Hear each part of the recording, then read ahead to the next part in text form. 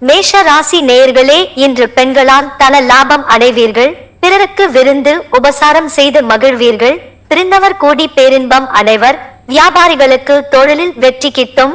ரிஷப ராசி நேயர்களே, இன்று தொழில் வருமானம் திருப்தி அளிக்கும். சாத்திரங்களில் ஆராய்ச்சியும் தேர்ச்சியும் ஏற்படும். தொழில் வளம் பெருகும். விருப்பங்கள் அனைத்தும் நிறைவேறும். மிதுன ராசி நேயர்களே, இன்று மனதிற்கினிய நல்ல மனைவி அமைவாள்.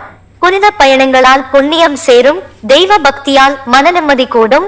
அன்னதானம் போன்ற நற்காரியங்களில் ஈடுபடுவீர்கள். கடக ராசி நேயர்களே, இன்று எல்லோருக்கும் நல்லதே நினையுங்கள். வழக்குகளில் வாய்தா வாங்கிக் கொள்வது நல்லது. மனைவியின் மனம் அறிந்து செயல்பட்டால் கருத்து வேறுபாடுகளை தவிர்க்கலாம். சிம்ம ராசி நேயர்களே, இன்று பல முகாந்திரங்களிலும் பண வரவு கூடும். எடுத்த காரியங்கள் எல்லாம் கைகூடும்.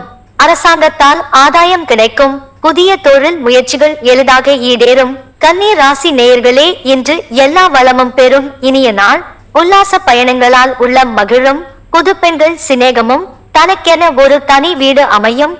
குடும்பத்தில் சுப காரியங்கள் நிறைவேறும்.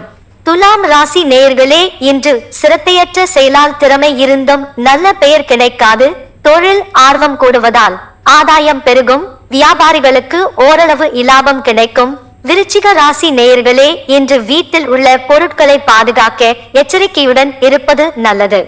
வாகனங்களில் செல்லும் முன் அதன் பாகங்களை பரிசோதித்து எடுத்துச் செல்வது நல்லது. தனுசு ராசி நேயர்களே, இன்று பல முகாந்திரங்களிலும் பண வரவு கூடும். அரசாங்கத்தால் ஆதாயம் கிடைக்கும். சகோதரரால் நன்மைகள் ஏற்படும். புதிய தொழில் முயற்சிகள் எளிதாக ஈடேறும்.